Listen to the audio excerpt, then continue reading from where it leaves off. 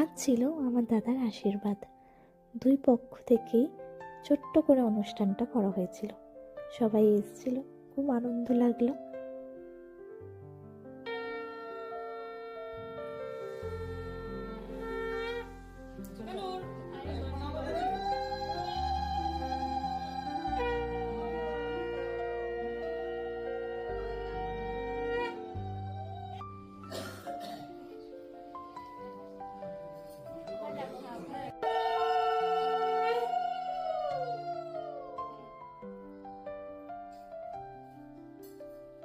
ইনি হলেন আমার বাবা, যে সব থেকে বেশি হ্যাপি।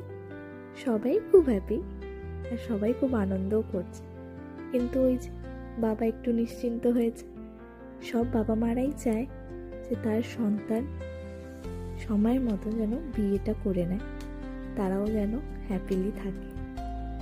আর এটা হলো আমার মা।